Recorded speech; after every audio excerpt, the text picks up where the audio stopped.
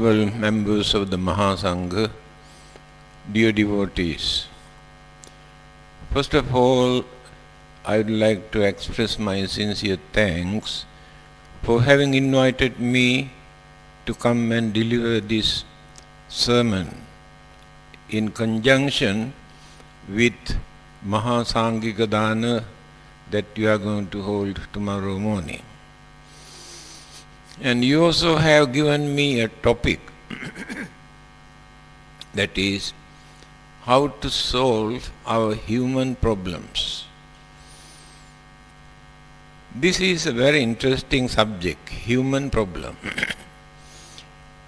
Human beings are the only living being in this world who create problems. Other living beings survive by following the nature, their way of life. Human beings have no system and they do not follow the nature. And today here on this earth there are 6 billion human beings. Each and every person think individually. There are no two people who think equally. This is the nature of the human mind.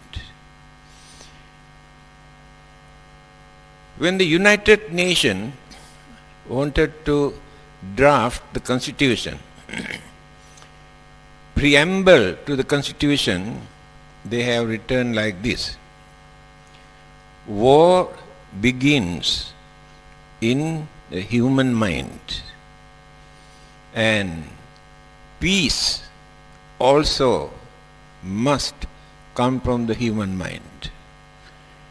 Actually, they are repeating what the Buddha has said in Dhammapada, first stanza, Mano Pubbangama Dhamma. Human mind is responsible for everything good and bad that exists in this world. So, war, violence, disturbances, bloodshed come from the human mind, not from the hell.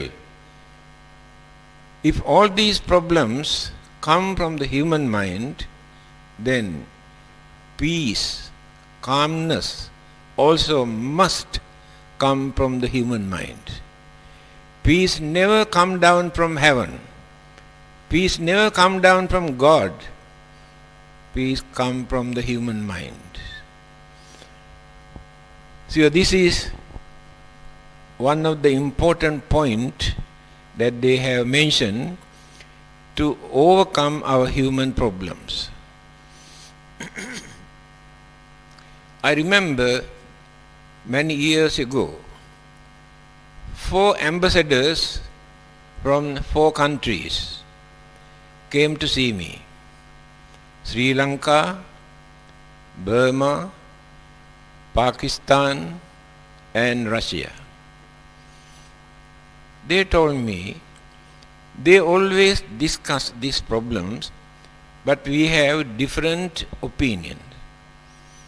Therefore, we decided, Sri Lankan High Commission suggested, why not we go to a Buddhist temple and discuss this matter with the Reverend. Then, first started by Pakistan ambassador.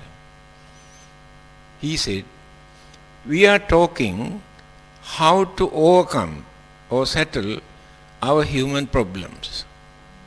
But I strongly believe unless or until we develop faith toward God, there won't be any solution or peace on this earth. Therefore, belief in God is the only solution for us to overcome all our problems. Then I told him, there are millions or billions of human beings who believe in God, very strongly believe.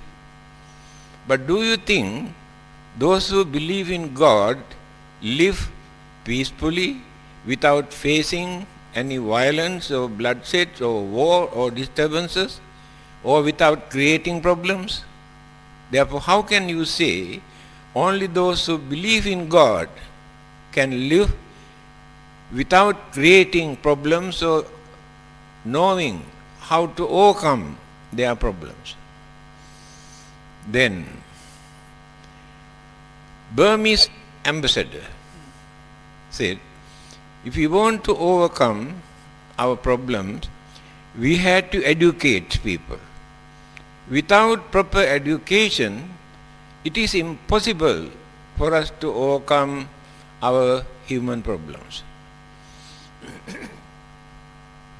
Then I told him, there are many in this world who are educated. Most of those problems come from the educated people. They create more problems than innocent people or uneducated people. Therefore, I don't think that education is the solution for us to overcome our problem. Why? The modern education is academic knowledge, book knowledge, or worldly knowledge. This word, education, is derived from a Greek word, ediko. Ediko means development. Development of the mind is called education. By knowing everything under the sun and the moon in this world, there won't be any development in our mind. Please remember this.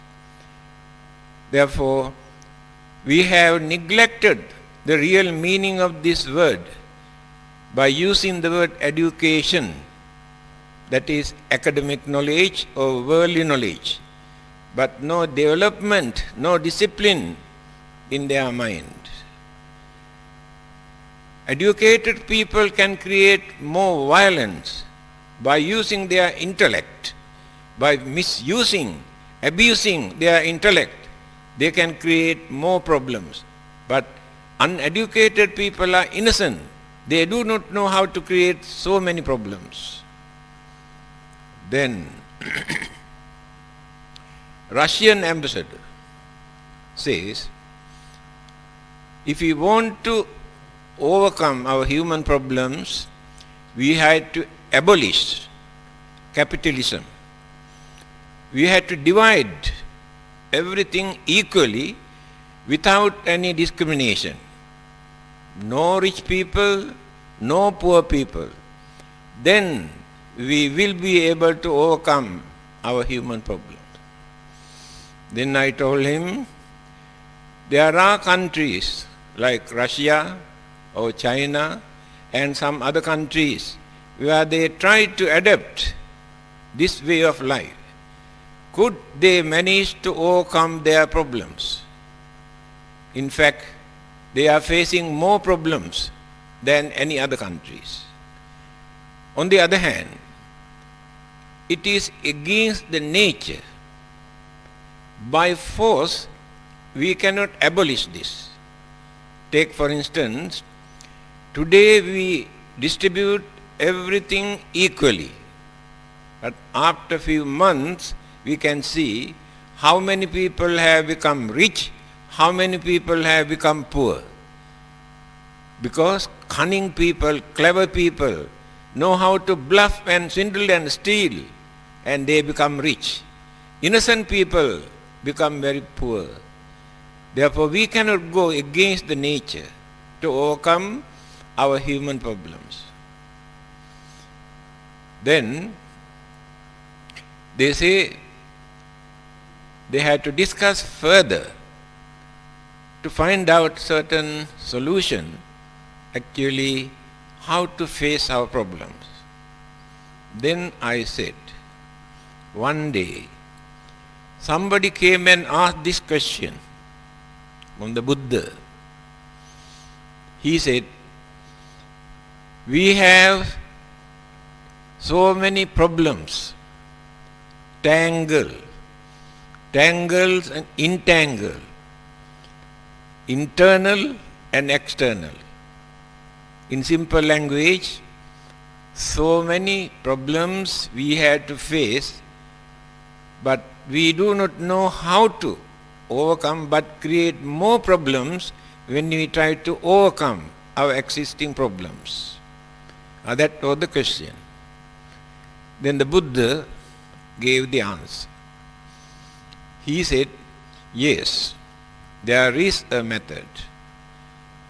Sile patittaya naro sapanyo chittang panyancha bhavayang Atapi nipako bhikkhu so imang vijataye jatang. This is the answer given by the Buddha. Venerable Buddhaghosa, the commentator who has written commentaries to the Pali Tripitaka, has written one book by taking these sayings of the Buddha. He has written nearly 700 pages by taking these sayings of the Buddha. Then what does it mean? Sile patittaya naro sapanyo. If we want to overcome our human problems, first thing that we have to cultivate is discipline, sila, morals, principles. Without cultivating these qualities, these virtues, it is impossible for us to overcome any of our problems. Here you can understand discipline is the most important things in our life. That is the real meaning of education. When you refer to Sanskrit language, there's a saying, Vidya dadati vinayang vinayadeti patratam patratam dhanamanyeti. Here, Vidya means education. In English, we say education. In Greek, we say another word, ediko.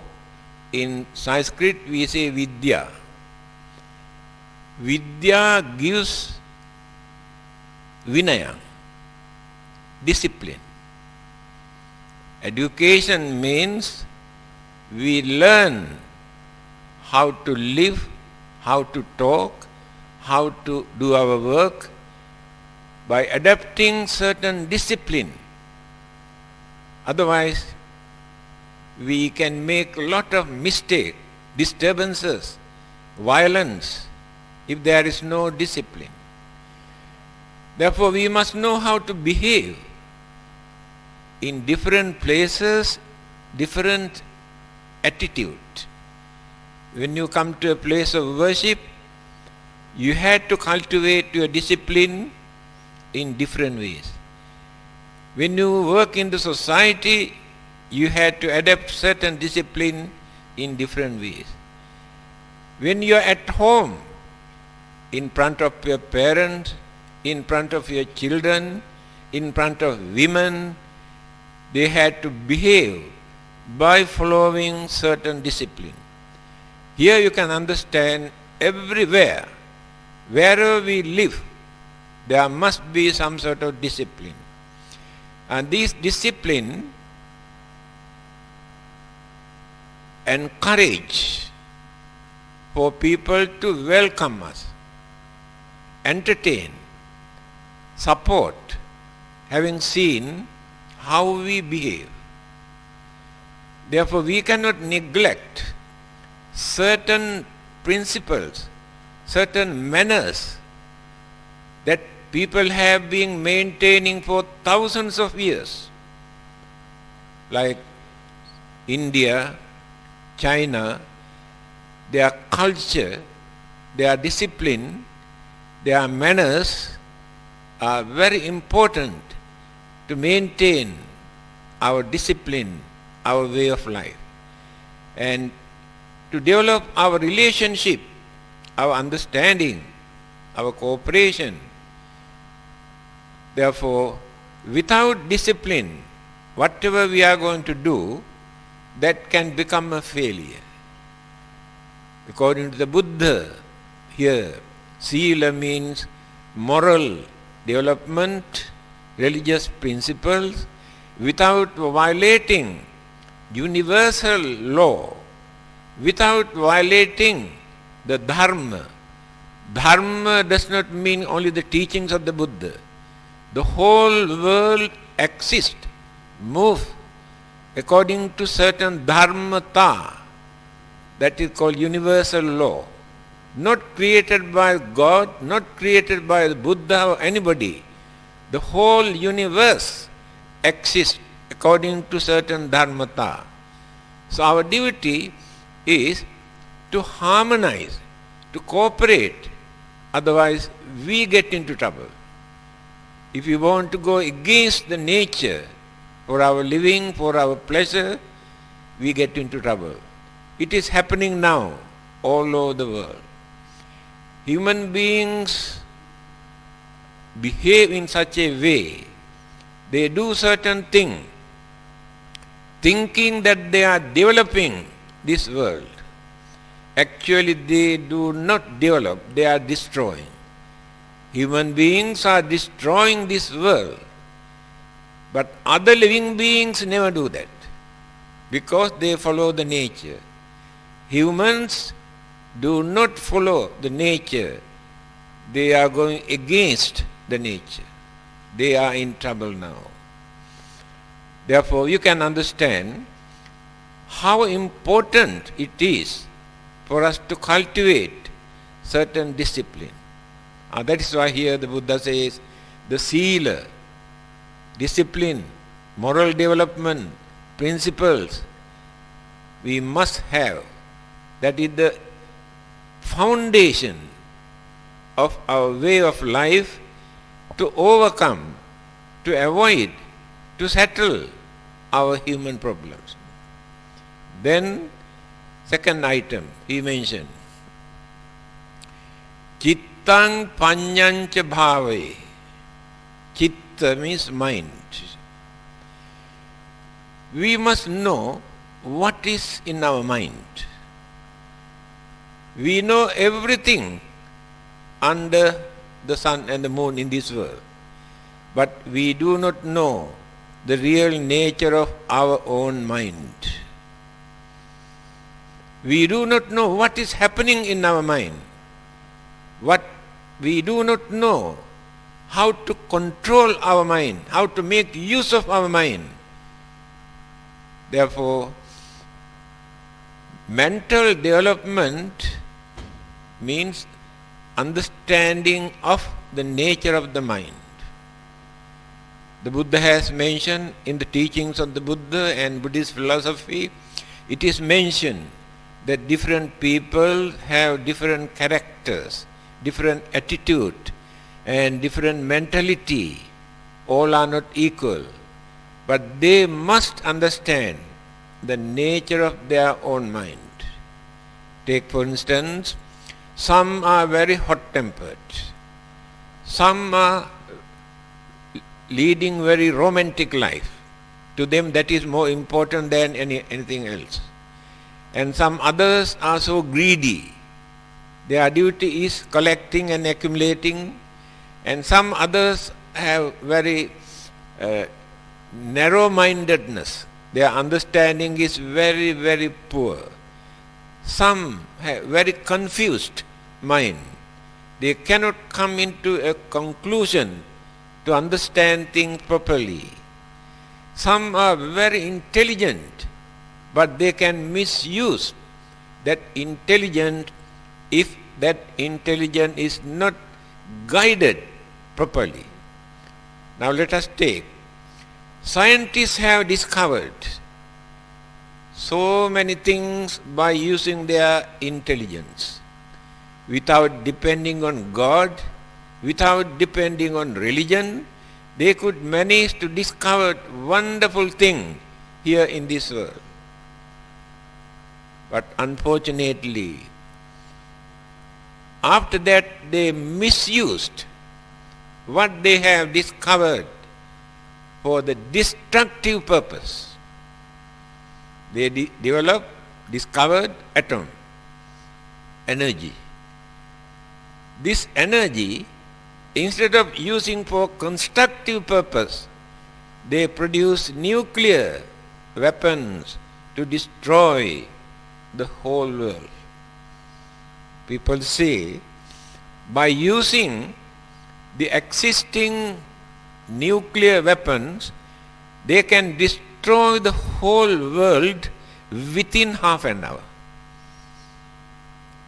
That is, human mind, intelligence, discovered, produced all these things.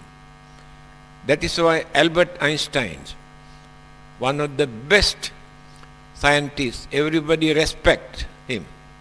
He says, science without religion is blind. Religion without science is lame or crippled. 100% correct what he says. Now scientists have discovered so many things. They misuse for the destructive purpose because they were in the dark. There is no religion to guide them, advise them how to make use of their discoveries without producing things to destroy the whole world. On the other hand, religion without science is lame or crippled or not active. It is true. In the name of religion, people have written so many things in their holy books. Then say this is given by the God, this is taught by the Buddha, and this is given by another prophet or messenger. They have recorded in their holy book. When scientists, intellectuals, great thinkers study these sayings in their holy books, they cannot agree, they cannot accept. Therefore, religion is in danger today. In the West, last month Catholic magazine I have read, in the West, more than 50% given up Christianity. Churches are empty. That is the trouble. Religion without science is in danger. 1998, Pope is the living God on this earth to Catholics. Pope announced, human beings were not created by the God.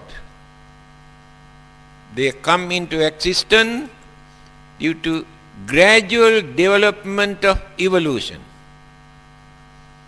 Because they had a losing battle with theory of evolution to show that God created human beings at once.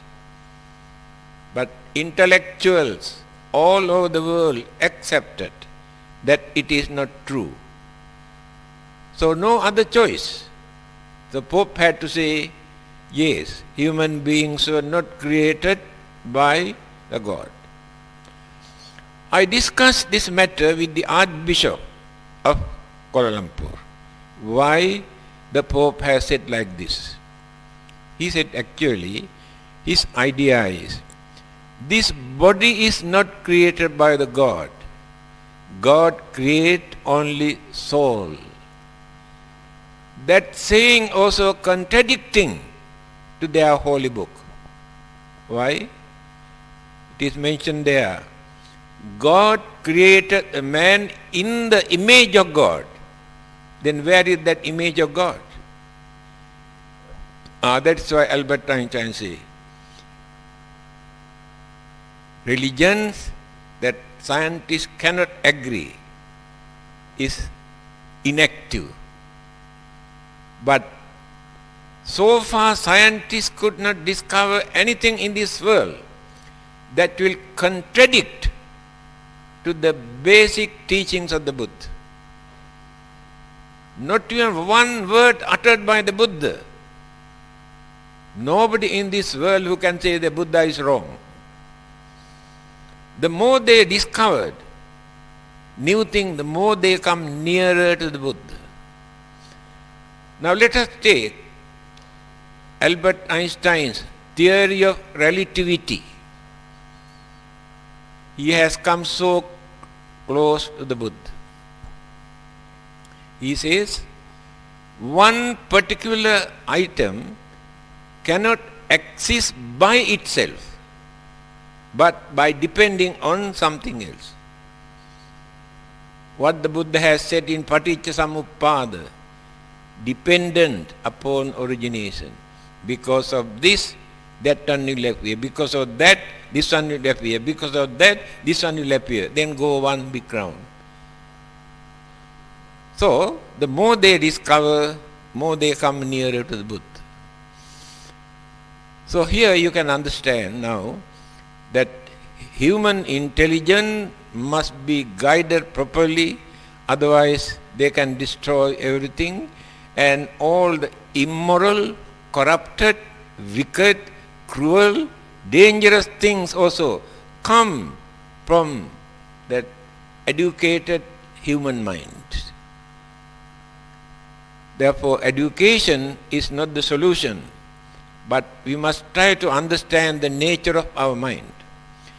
By knowing that, we must have courage and knowledge and understanding by using our full effort how to control our weaknesses. All of us have weaknesses in our human mind. In fact, our anger, jealousy, grudge, ill will, enmity, all are weaknesses. We should not try to justify. All these are dangerous. All are weaknesses.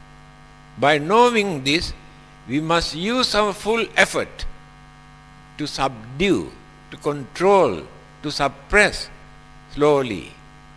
Then we can behave as cultured, harmless, respectable, noble human being without harming others, without disturbing others, without bluffing others. That is what the Buddha says. Must try to understand the nature of your own mind. Then you will be able to overcome many of those problems that you are facing, your internal or external. Problems are natural. There is no living beings in this world who have no problems, especially human beings, because of their mind. So, by knowing the nature of our mind, we must use our full effort. Then we can understand. We are very noble. We are harmless. We are respectable.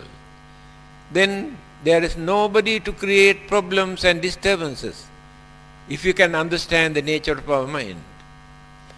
Now, if we are hot-tempered, you must understand this is dangerous. This can create lot of trouble, disturbances, enemies, calamities. Why not I try to control this? Then you are very jealous. Then you have to think, what do I gain by harboring jealousy? Nothing. I create very bad atmosphere. I create others as enemies for me to be. Therefore, why should I maintain this jealousy for nothing?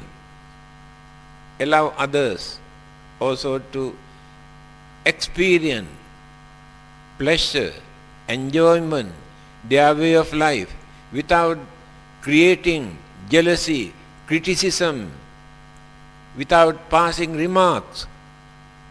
That is another method for us to overcome our problem. We are very selfish. By disregarding others, we enjoy our life. When others are needed, our support, our assistance, our help, it is our duty as human beings to give our helping hand, do what we can. Then we can reduce that selfishness. Here, one by one, when we study how many weaknesses are there in our mind, whether we are educated or not, whether we are religious minded or not, still we have many of these weaknesses. This is the second point the Buddha has pointed out. First, you had to cultivate your discipline, moral development, then try to understand the nature of your own mind. Another person cannot understand this, because another beautiful sayings of the Buddha,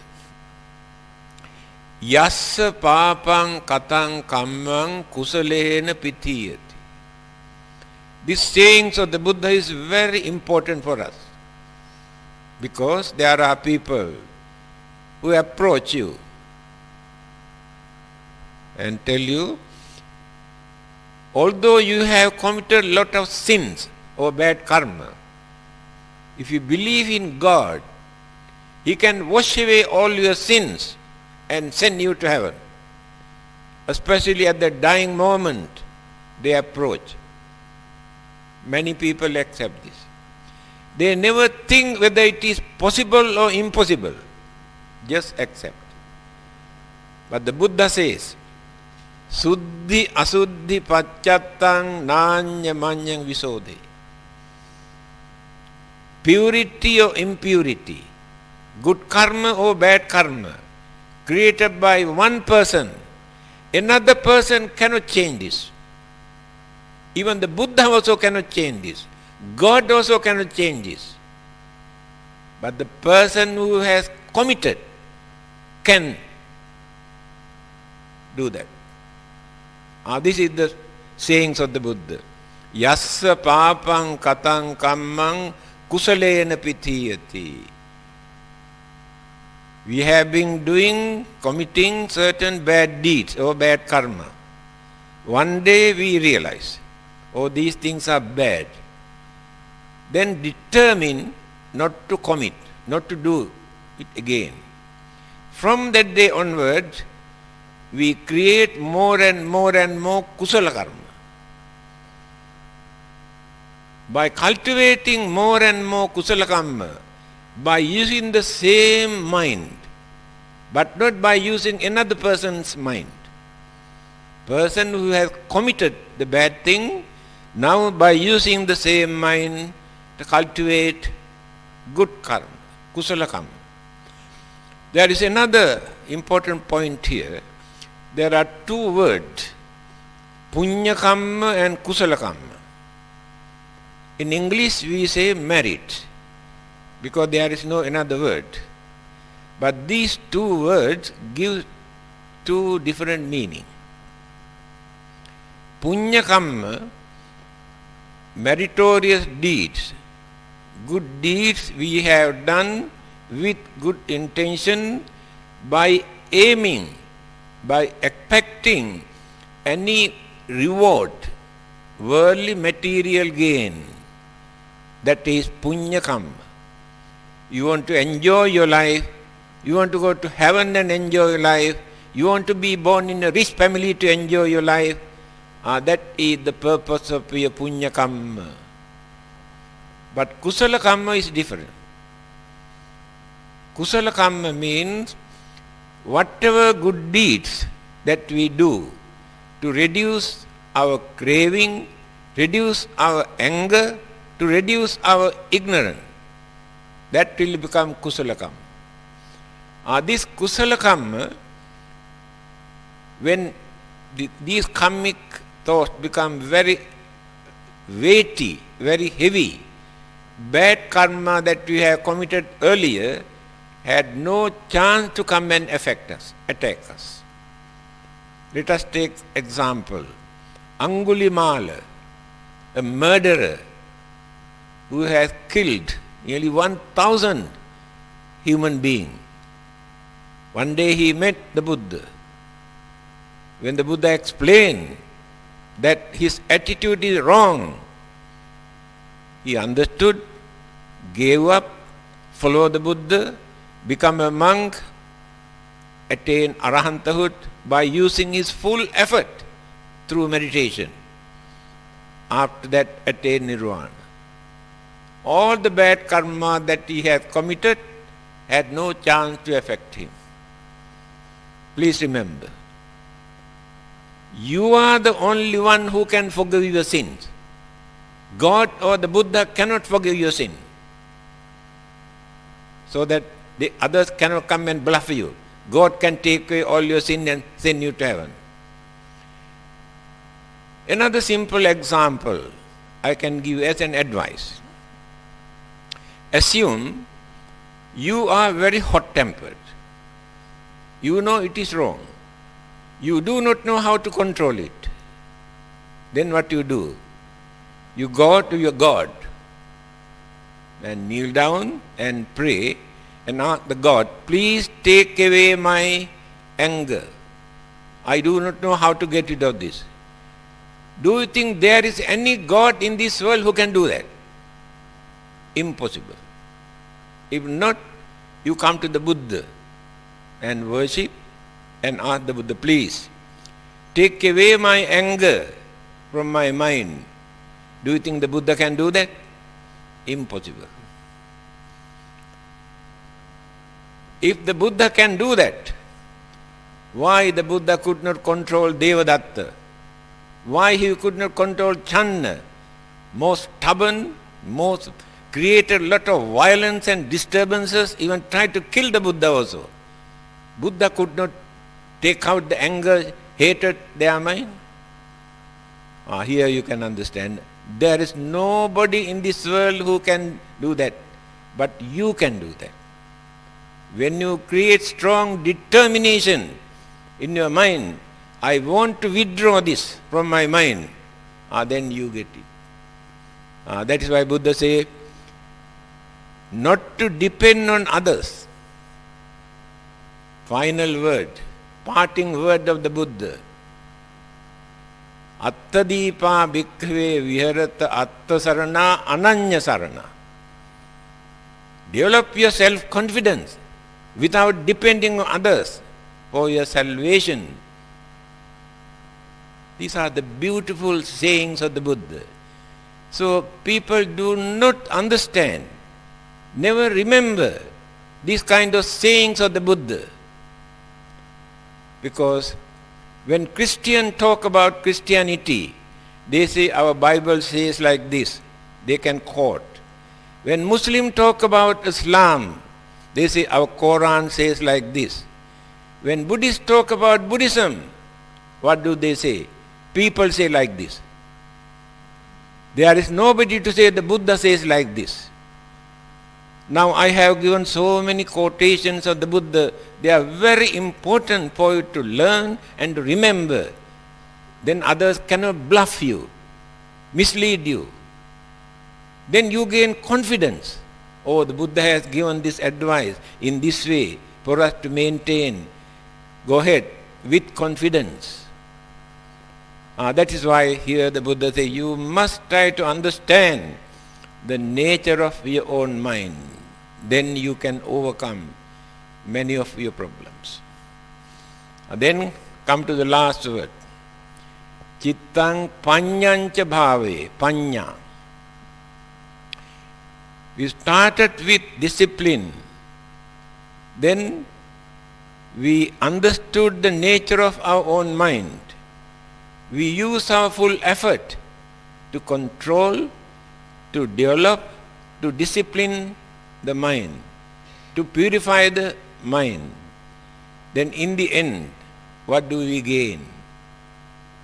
Prajna, wisdom.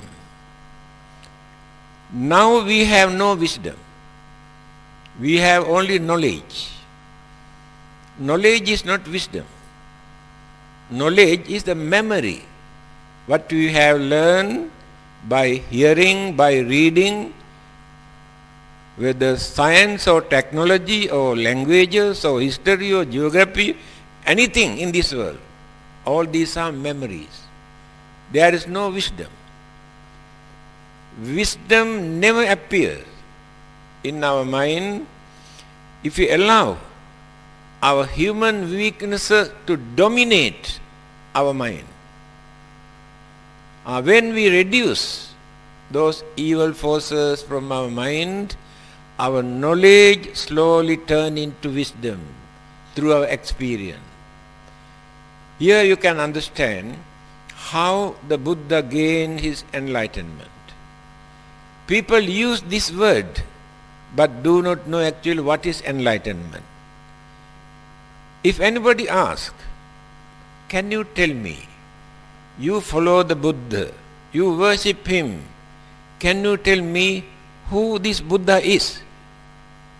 How many people are there to give the correct answer to this question?